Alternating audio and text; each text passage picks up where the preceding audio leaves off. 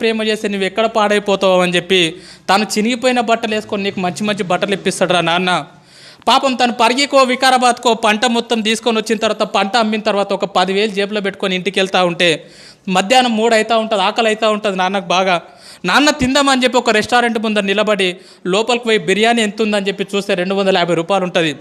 నాన్నకు ఆకలి అవుతూ ఉంటుంది, పేగులు మాడిపోతూ ఉంటాయి.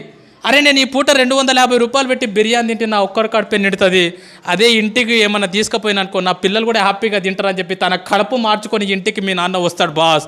రియల్గా మన నాన్న హీరో కదా. ఎన్నోసార్లు ఒక్కసారి ఇంటికి వెళ్ళిన తర్వాత నాన్న నీతో ఫ్రీగా ఉంటే అడగండి, నాన్న నీకు ఎన్ని కష్టాలు ఉన్నాయని చెప్పి పెద్ద చిట్టా చెప్తాడు బాస్. ఎన్నో అప్పులు ఉన్నాయి నాన్నకు, ఎన్నో ప్రాబ్లమ్స్ ఉన్నాయి నాన్నకు. అమ్మ మీరు ఆడపిల్లలాగా పుట్టినరు, రియల్గా మీ అమ్మ నాన్నకు సెల్యూట్, మిమ్మల్ని చదివిపిస్తున్నారు. రియల్గా సెల్యూట్ వాళ్ళకి. ఎందుకంటే ఆడపిల్ల పుట్టిందని చెప్పి చాలామంది బాధపడుతూ ఉన్నారు.